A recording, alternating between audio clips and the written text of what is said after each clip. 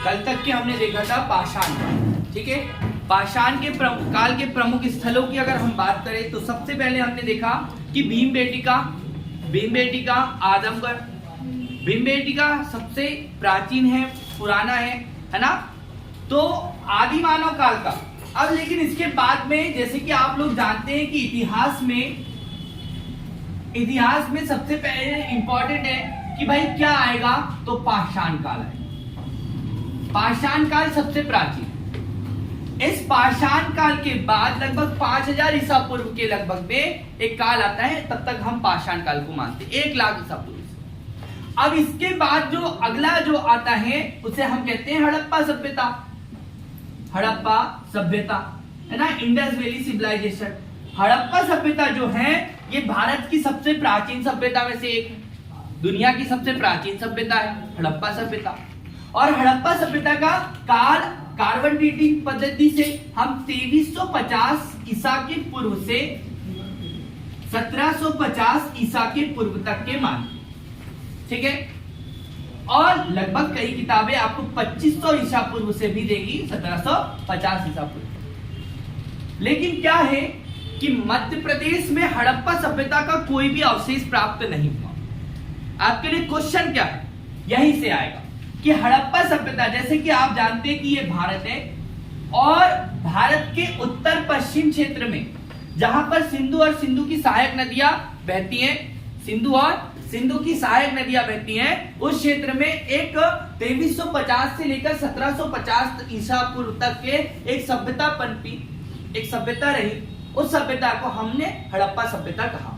जिस सभ्यता, ये हड़प्पा सभ्यता है या सिंधु घाटी सभ्यता, इसका संबंध मेसोपोटामिया की सभ्यता, मिस्र की सभ्यता से रहा।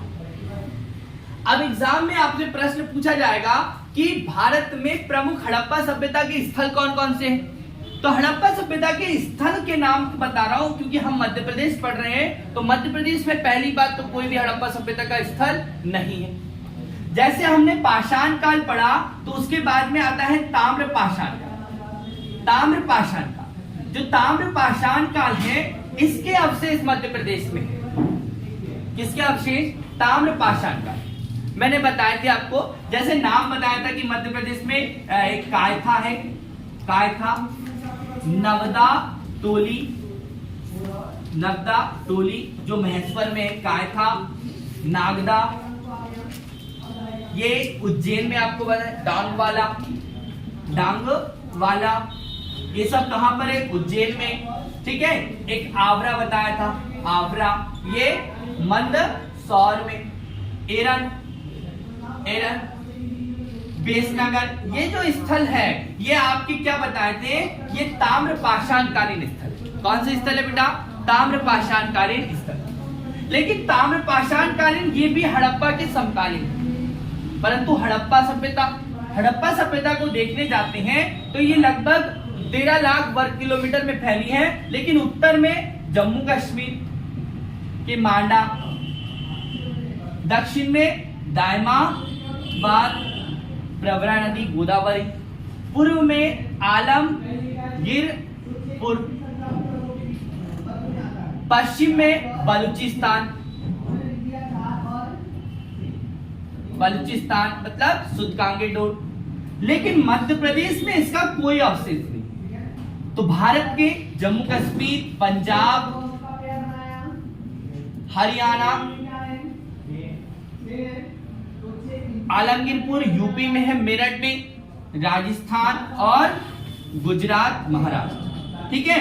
तो ये मध्य प्रदेश के इन राज्यों में हड़प्पा सभ्यता के अवशेष आपको मिलने हैं, ठीक है। बाकी राज्यों में नहीं, माने मध्य प्रदेश में नहीं है।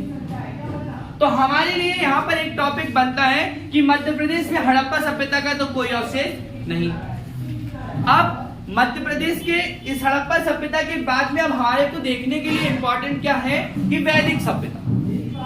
अब आप जानते हैं कि हड़प्पा सभ्यता की खोज जब हुई उससे पूर्व यानी कि 1921 से पहले भारत में यह माना जाता था कि भारत का इतिहास वैदिक काल से। कब से है?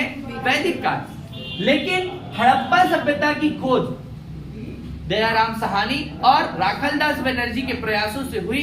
उसके बाद ये माने जाने लगा कि भारत का इतिहास तो और आगे भी, ठीक है। तो हड़प्पा सभ्यता के बाद में एक सभ्यता आती है वैदिक सभ्यता। वैदिक सभ्यता जो है ये बहुत महत्वपूर्ण है। ये है 1500 ईसा के पूर्व से 1500 ईसा पूर्व से 600 ईसा के पूर्व तक। कब तक है बेटा? 1500 ईसा पूर्व से 600 ईसा पूर्व के तक। अब आपको पता होना चाहिए कि वैदिक सभ्यता का निर्माण भारत में आए आर्यों के द्वारा की गई। वैदिक सभ्यता आर्ययुगीन सभ्यता है, आर्यों की सभ्यता है। ये आपको यहां पे ध्यान रखना कि जो आपकी सिंधु सभ्यता है, सिंधु सभ्यता का जो स्थल है, माने सिंधु,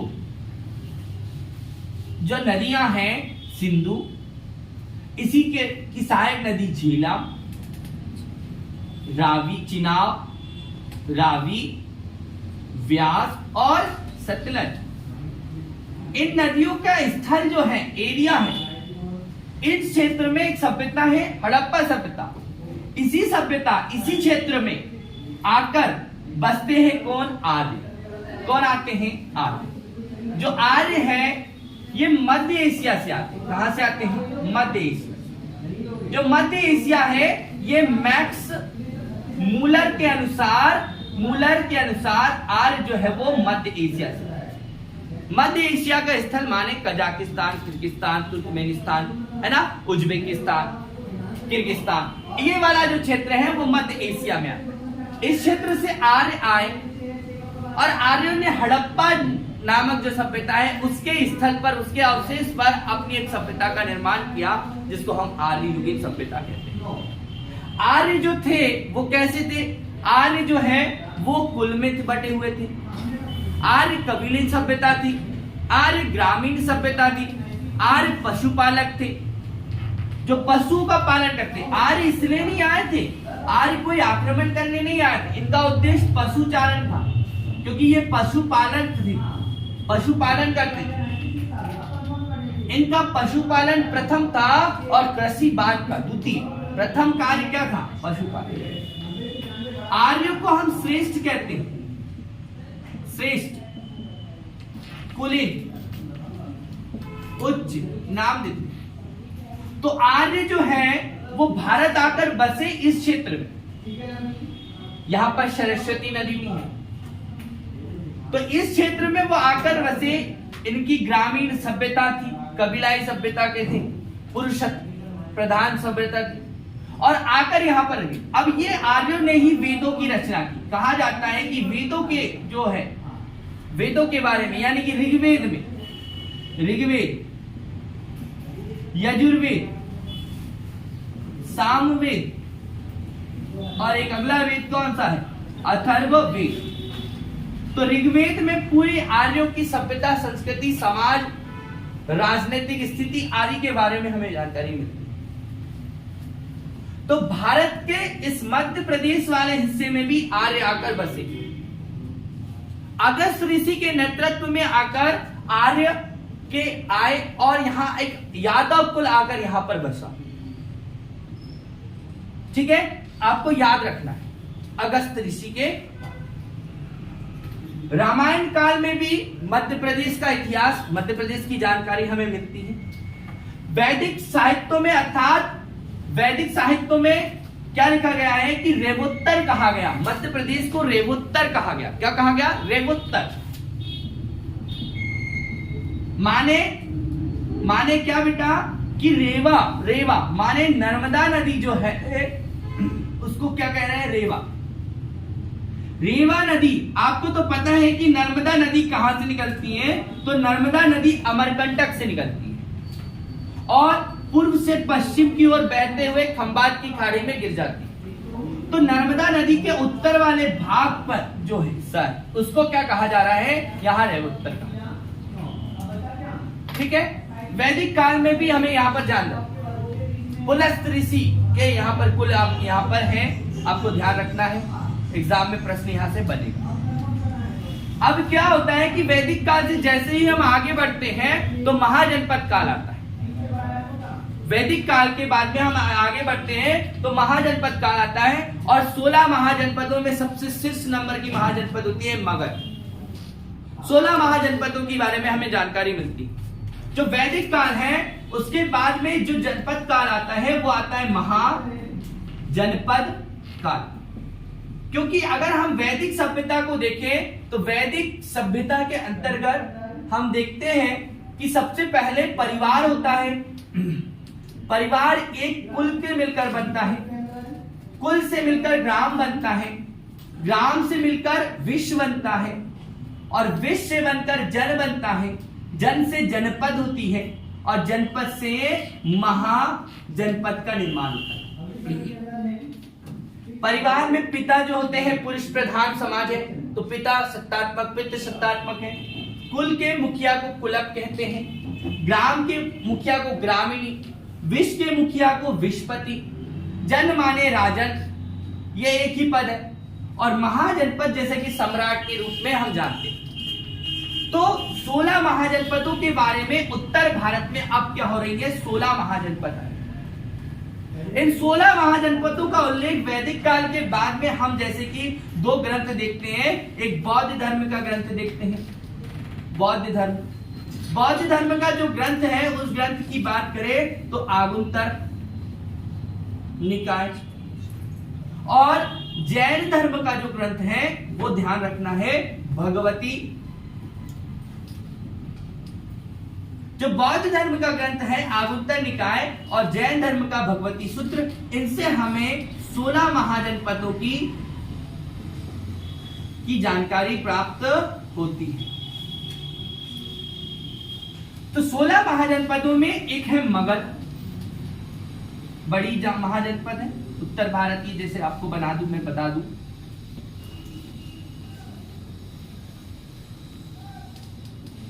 सोलह महाजनपद में है मगध। मगध जो है बिहार वाली क्षेत्र है, पाटलिपुत्र इसकी राजधानी है। शुरुआती तौर पर इसकी राजधानी राजगृह और गिरिब्रज है।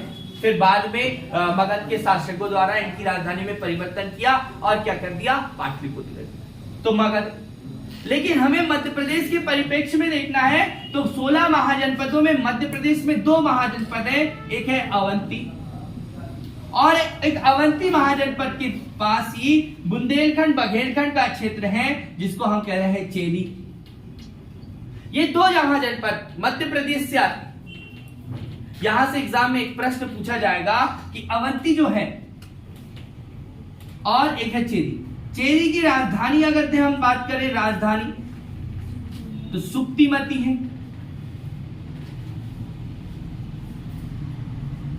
और अवंती की राजधानी उज्जैनी। क्या है, उज्जैन, यानी कि उज्जैन। इस समय अवंती भी 2-3 भागों में बटी हुई है, उत्तरावंती, दक्षिणावंती। उत्तरावंती की राजधानी उज्जैनी है और दक्षिणावंती की राजधानी महिष्मती। ये भी आपको ध्यान रखना है। तो अवंती, यहां पर अवंती के शासक के बारे में हम आगे जाके पढ़ेंगे। अवंती के नीचे राजधानी, ये राजधानी है। राजधानी क्या है, तो राजधानी है सुक्तिमती और अवंती की राजधानी है उज्जैन। ठीक है।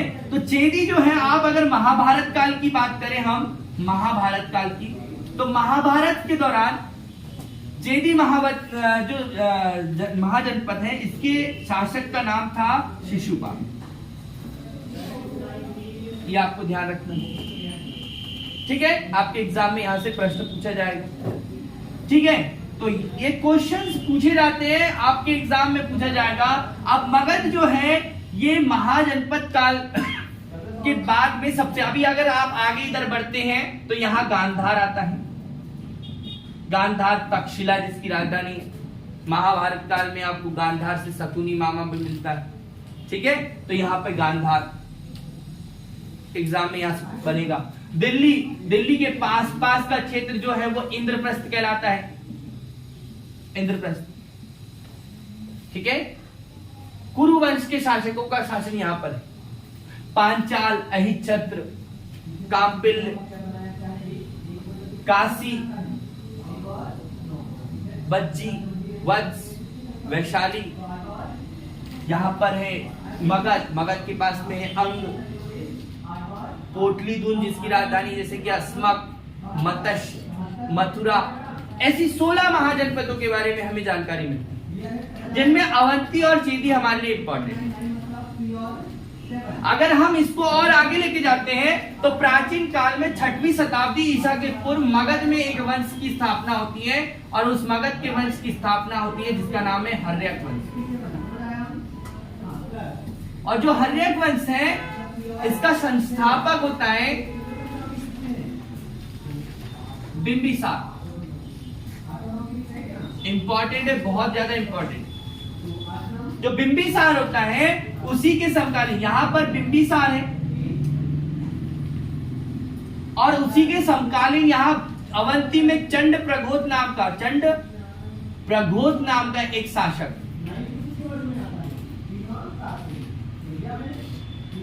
बिंबिसार के शासन काल के समकालीन है अवंती में चंद्र प्रघोत नाम का शासक। जो चंद्र प्रघोत नाम का शासक है ये बीमार हो जाते हैं पांडु रोग से। कौन से रोग से? पांडु रोग। जब ये रोग से ग्रसित होते हैं तो बिंबिसार जो है अपना जो राजवैद्य है, बिंबिसार का राजवैद्य है जीवक। कौन है बेटा? जीवक। ये वही जीवक है जिसने महात्मा बुद्ध के उपचार किया था। इसी जीवक बौद्ध, यहाँ याद रखना, महात्मा बुद्ध का भी इन्होंने क्या किया? इलाज किया। तो बिंबिसार ने चंड प्रघोत को इलाज के लिए जीवक को अपने राजवैद्य को भेजा। तो यहाँ पर इन्होंने एक मित्रता के रूप में यहाँ पर एक राज्य से दूसरे राज्य के शासक की मित्रता से मदद, है ना, ये ध्यान रखें। ये बिंबिसार का उत्तराधिकारी अजातशत्रु होता है। आपको पता ही है अजातशत्रु, और अजातशत्रु का उत्तराधिकारी उदयन होता है। ध्यान देना, ये आपको बनेगा कि जो बिंबिसार है, इस बिंबिसार की हत्या कौन करते हैं? अजातशत्रु। ये अजातशत्रु, ये उदयन है, इसका नाम बिंबिसार। अजातशत्रु की हत्या, अजातशत्रु द्वारा किसकी हत्या की गई? बिंबिसार की। देख कौन रहा है? उदयन ने हत्या किसकी की? अजातशत्रु। और ये वंश कौन सा वंश कहलाया? ये वंश पितृहंता वंश कहलाया। कौन सा वंश कहलाया? पितृहंता वंश। तो आपको ध्यान रखना, बिंदु आपका बिंबिसार कौन है? बिंबिसार कौन से वंश का संस्थापक? हर्य वंश का संस्थापक। इसके बाद बहुत सारे शासक। हर्य वंश का अंतिम शासक नागदशक था। अंतिम शासक याद रखना बेटा, कौन? नागदशक। अब इस नागदशक के आमत्य जो है, प्रधानमंत्री जो भी होगा, तो वो है शिशुनाग। कौन है? शिशुनाग। ध्यान रखना कि बड़े से नाग की हत्या कौन कर रहा है? छोटा सा नाग कर रहा है। ये आपको ध्यान रखना। ये हो गया कौन? शिशुनाग। और ये क्या हो गया? इसके सिर कितने? नाग दशक, माने 10 सिर वाला नाग। बड़ा सा नाग है ना, 10 सिर वाला नाग है, और छोटा से नाग से क्या हो गया? हार। ठीक है, तो नाग दशक की हत्या किसने की है? शिशुनाग ने। और किस वंश की स्थापना की है? तो नाग वंश की स्थापना। ठीक है, और इसी शिशुनाग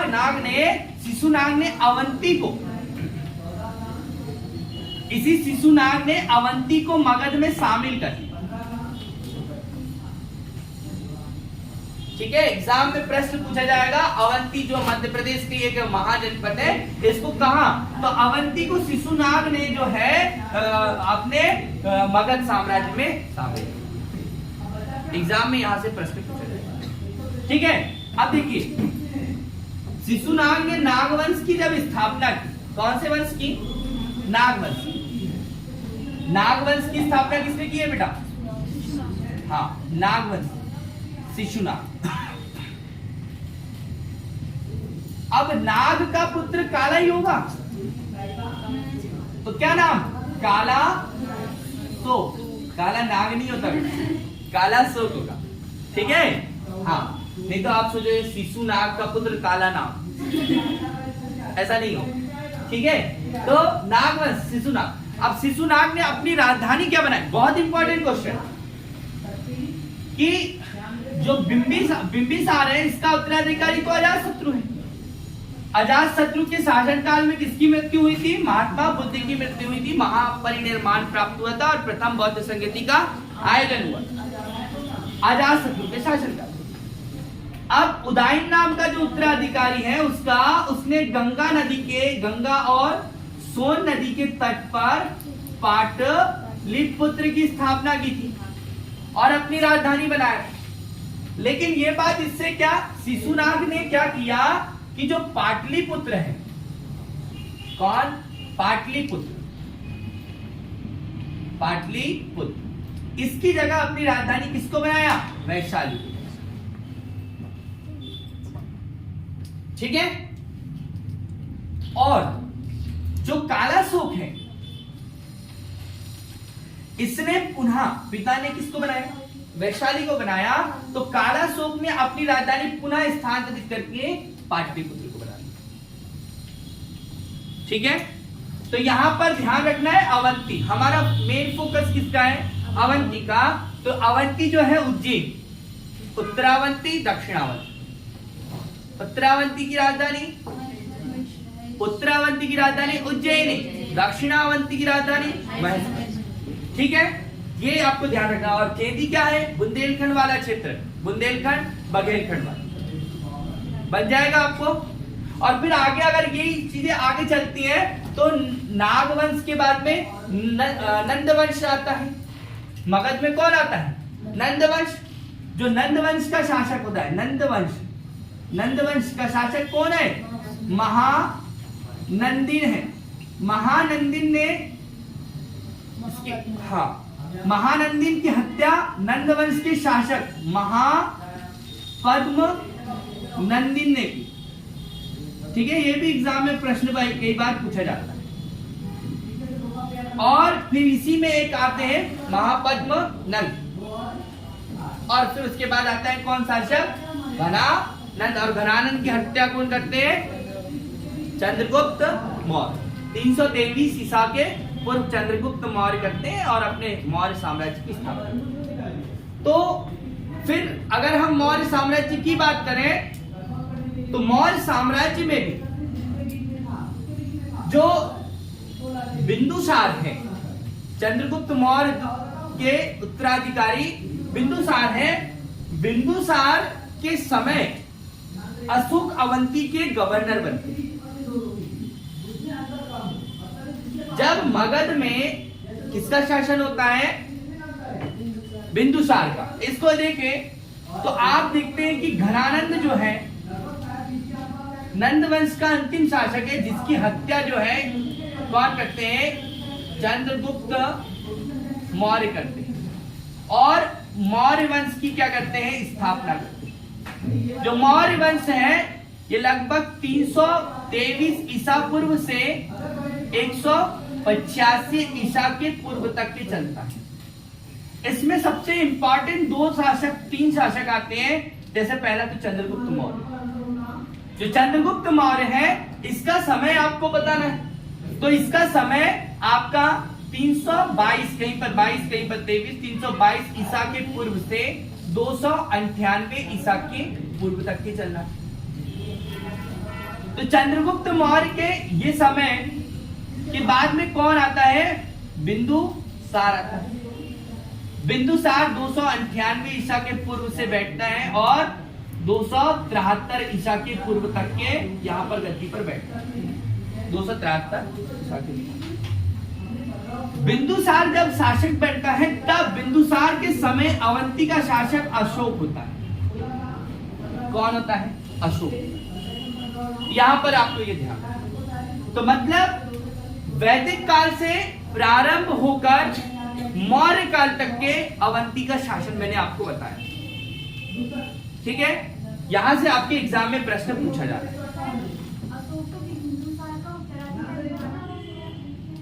तो अशोक जब बिंदुसार मगध का शासक बना है, राजा बना है, तब अशोक को अवंती का गवर्नर नियुक्त किया। अलग अलग प्रांत है, अलग अलग प्रांत है, तो अब हर प्रांत का शासक तो एक ही शासक नहीं बन सकता राजा, इसलिए उन्होंने अपने अपने गवर्नर नियुक्त किए। जैसे अपना राष्ट्रपति है, तो राष्ट्रपति सेंट्रल में, और फिर उसने अलग अलग प्रांतों के लिए यानी कि अलग अलग राज्यों के लिए एक अलग अलग राज्यपाल की नियुक्ति की। ऐसे ही बिंदुसार जो है उसने अपने एक शासक अवंती, अब अवंती का अशोक। लेकिन यहाँ पर तक्षशिला नाम की एक जगह है, आपको पता है तक्षशिला, और तक्षशिला में सुशील बेटा, कौन? सुशील नाम का जो शासक है वो उसको नियुक्त किया। और कई बार आपको अभी आगे पढ़ेंगे तो अशोक के द्वारा तक्षशिला में हुए विद्रोह को दबाया गया। ठीक है, और फिर वही अशोक अपने 99 भाइयों की हत्या करके बिंदुसार के स्थान पर भारत का सम्राट बना। फिर उसका भी हृदय परिवर्तन हुआ। कब हुआ हृदय परिवर्तन? 261 ईसा के पूर्व। किस नाम से जाना जाएगा? कलिंग का युद्ध। कौन सा युद्ध? कलिंग युद्ध। अब इस कलिंग युद्ध में भीषण नरसंहार हुआ 261 ईसा के पूर्व। कलिंग राजा खारवेल, ठीक है, कलिंग राजा खारवेल के समय में हुआ और अशोक जीता, लेकिन भीषण नरसंहार रक्तपात को देखकर इसका हृदय परिवर्तन हुआ और अशोक ने किस धर्म की दीक्षा ली? तो बौद्ध धर्म की दीक्षा ली। पूछा जाता है कि किस से, तो आपको यह भी ध्यान रखना है कि उसने उपगुप्त से क्या ही बौद्ध धर्म की दीक्षा ली। और आपको याद रखना है कि तीसरी बौद्ध संगति का भी निर्माण किसने करवाया? अशोक ने ही। ठीक है, तो ये लगभग प्राचीन काल का जो इतिहास है वो मैंने आपको किस पे बताया, किसको ध्यान में रख के बताया? अवंती और चेदी को ध्यान में रखकर बताया। ठीक है, रामायण में, महाभारत में मध्य प्रदेश के बारे में जानकारी मिलती है और इसके बाद हम और इसको करेंगे। ठीक है।